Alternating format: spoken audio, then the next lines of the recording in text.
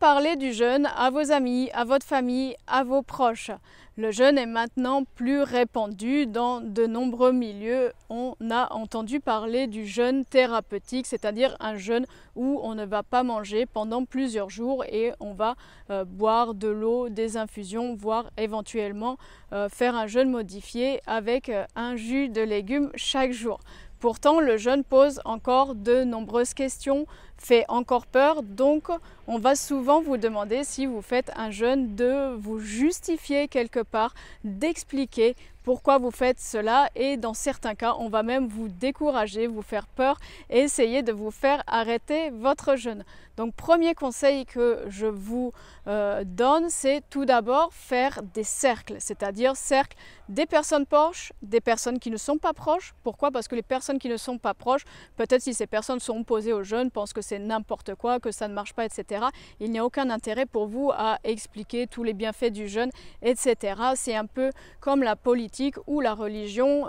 Une personne va vous dire, par exemple, moi je suis musulman ou moi je suis catholique.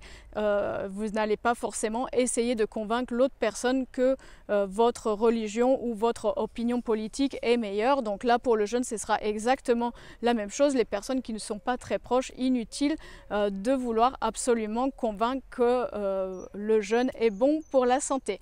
Maintenant, pour les personnes qui sont plus proches de vous, vos amis, vos collègues, votre famille, vous pouvez tout d'abord, premièrement, parler des bienfaits du jeûne thérapeutique. C'est-à-dire que dans notre société moderne, nous mangeons trop sucré, trop gras, nous n'avons pas de période d'abstinence. Il faut savoir qu'il y a encore 10 000 ans, ce qui n'est rien à l'échelle de l'évolution humaine, les personnes ne mangeaient pas forcément tous les jours ou pas de façon pléthorique. Par exemple, on a déjeuner, dîner, c'est ensuite qu'on a rajouté le terme de petit déjeuner. Donc en fait, après le jeûne de la nuit, on a ajouté le petit déjeuner, la petite rupture du jeûne, puis le déjeuner était avant la période où on rompait le jeûne. Donc il faut savoir que de tout temps, les personnes ont jeûné de façon naturelle. Jusqu'au 19e siècle, les médecins de famille conseillaient la diète, voire le jeûne avec des infusions aux personnes qui étaient malades. Elles leur conseillaient de rester au lit, de faire une diète, de faire un jeûne et attendre qu'elles aillent mieux. Dans nos sociétés, on est pressé, donc on n'a plus le temps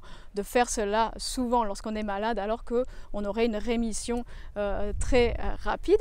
Donc vous pouvez expliquer cela. Vous pouvez expliquer aussi les recherches de Walter Longo sur les souris. Les souris qui ont jeûné ont vécu 30% de plus, ont eu une espérance de vie de 30% plus grande. Et également, en 5 jours de jeûne, on refait complètement la muqueuse intestinale, toutes les cellules de son intestin, et ce en seulement 5 jours de jeûne. Le jeûne permet de détoxiner le foie, les intestins. C'est en quelque sorte comme si on vide les poubelles de façon annuelle, biannuelle, et il y a de nombreuses études que vous pouvez citer, par exemple par rapport à une pathologie, par rapport aux pathologies auto-immunes, par rapport aux pathologies plutôt psychologiques, psychiatriques. Vous recherchez Nikolaïev et vous aurez des études qui montrent des résultats incroyables. Donc vous pouvez montrer les bienfaits du jeûne si vous voulez convaincre une personne qui vous est proche. Vous pouvez aussi répondre à la contradiction quand vous dit mais si c'était si bon à la santé, tous les hôpitaux, tous les médecins le proposeraient. Il faut savoir qu'à l'université de médecine, le jeûne n'est pas enseigné, de même que la nutrition en général. Dans un cursus classique de médecine en France, le nombre d'heures en nutrition, alimentation généralement est autour de 9 à 10 heures, peut-être un peu plus avec certains modules en plus, mais ce n'est pas l'alimentation n'est pas une spécialité de la médecine, contrairement à ce que Hippocrate prônait quand il disait l'alimentation est ton premier médicament. Et ben ce n'est pas enseigné. Donc c'est pour ça que souvent les médecins qui ne sont pas informés, qui n'ont pas fait de recherche, les spécialistes ne connaissent pas forcément le jeûne. C'est aussi pour ça qu'ils ne conseillent pas. Également, il faut savoir que le jeûne ne demande pas grand-chose à part d'être dans un endroit plutôt calme ou d'être chez soi et de boire de l'eau. Donc cela ne contribue pas non plus à pouvoir donner des médicaments pour aider à guérir une pathologie, puisque là la pathologie est une pathologie qui se guérit naturellement ou qui va s'améliorer grâce au jeûne. Donc c'est aussi pour ça qu'on n'en parle pas encore beaucoup. Et encore une fois, cela dépend des pays. Vous pouvez donner l'exemple de l'Allemagne, de la Russie. En Allemagne, 20% des Allemands jeûnent chaque année pour leur santé. Donc cela dépend vraiment d'un pays à l'autre. Également, ce que vous pouvez faire, c'est de ne pas faire une identité avec le jeûne. Souvent, lorsqu'il s'agit du jeûne intermittent, un peu moins que le jeûne thérapeutique, les personnes en font une identité, comme l'alimentation à l'heure actuelle. Ceux qui mangent ceci, ceux qui mangent cela, ceux qui ne mangent pas ceci et cela, etc.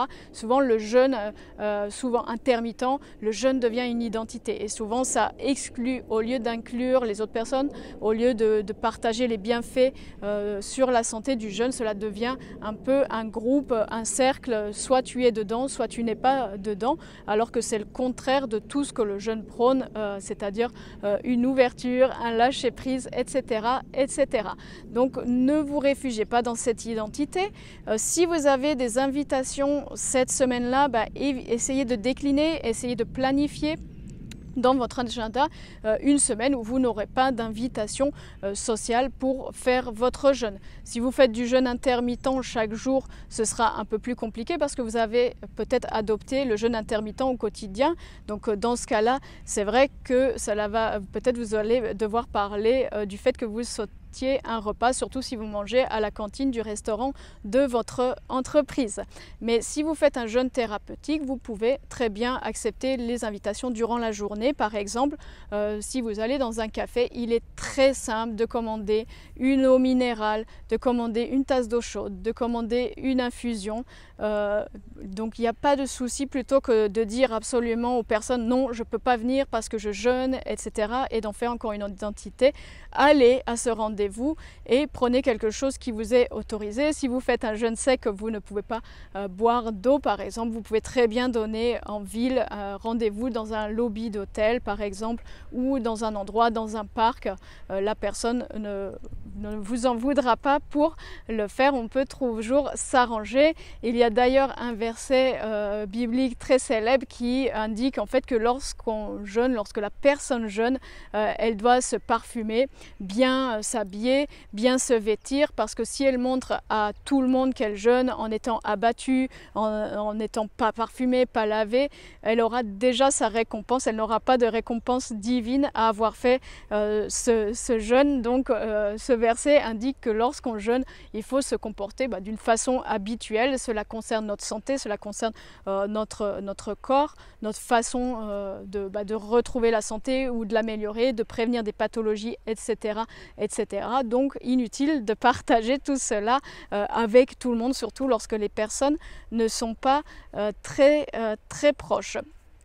Enfin, ce que vous allez pouvoir faire si vous faites un jeûne thérapeutique, c'est de vous éloigner des personnes qui vont miner votre morale, qui vont vous parler des dangers, qui vont vous dire « Ah, mais t'as pas encore craqué, deuxième jour, ah, mais ça va pas marcher. » Troisième jour, si vous avez des symptômes de crise d'acidose, là où il faut continuer le jeûne parce que c'est là que la détoxination se produit, c'est normal d'avoir des symptômes.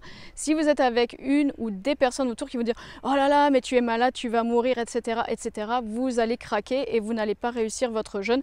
Donc vraiment, si ce sont des personnes qui sont autour de vous, coupez les ponts, au moins de façon temporaire. Vous devez éloigner ces personnes parce que vous faites du bien, vous prenez soin de votre santé. Essayez de trouver des groupes de soutien, de support. Vous pouvez rejoindre le groupe Facebook par exemple de jeûner à la maison pour avoir du soutien durant votre jeûne. Demandez à des amis qui sont pro-jeûne, qui ont déjà jeûné, de pouvoir vous encadrer parce que c'est très important de vous éloigner de toutes les personnes qui vont vous bloquer dans votre jeûne. Enfin, dernière recommandation, si vous sentez que vous n'arrivez pas à jeûner chez vous, que vous n'arrivez pas à jeûner en travaillant, sachez que le jeûne c'est aussi un lâcher-prise, un repos total du corps, de l'esprit. Donc c'est mieux d'être dans un endroit neutre, dans un endroit où on ne va pas forcément être stressé par le travail, par la famille, par les enfants, par les repas à préparer, etc., etc. Dans ce cas, je vous conseille vraiment de vous prendre une semaine de vacances quelque part pour pouvoir jeûner. ou d'aller dans un centre de jeûne où vous serez accompagné, et là les oppositions seront moins fortes parce que aujourd'hui c'est assez courant d'aller dans un centre de jeûne, d'aller dans une clinique de jeûne pour pouvoir s'occuper de soi et de sa santé. J'espère que ces conseils vous ont été utiles. Mettez un petit like pour que la vidéo puisse remonter et que d'autres personnes puissent découvrir aussi les bienfaits du jeûne.